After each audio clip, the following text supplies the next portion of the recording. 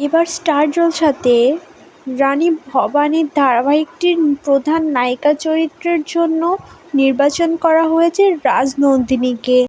রাজনন্দিনী এবার ফাটিয়ে অভিনয় করবে, তা বলার অপেক্ষা থাকে না। দর্শকরাও এটাই বলছে, রাজনন্দিনী যোগ্য ছিল এই রানী ভবানী ধারাবাহিকটির জন্য।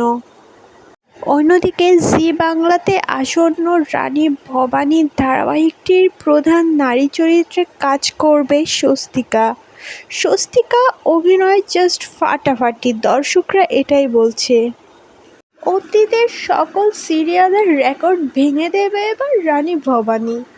ধারাবাহিকটি এবার জমজমাট পর্ব দেখানো হবে। স্বস্তিকার কেরিয়ারে যতগুলো না সে সিরিয়াল করেছে, তার থেকে এবার সবথেকে বড় বাজেটের সিরিয়ালের অফার পেয়েছে সে।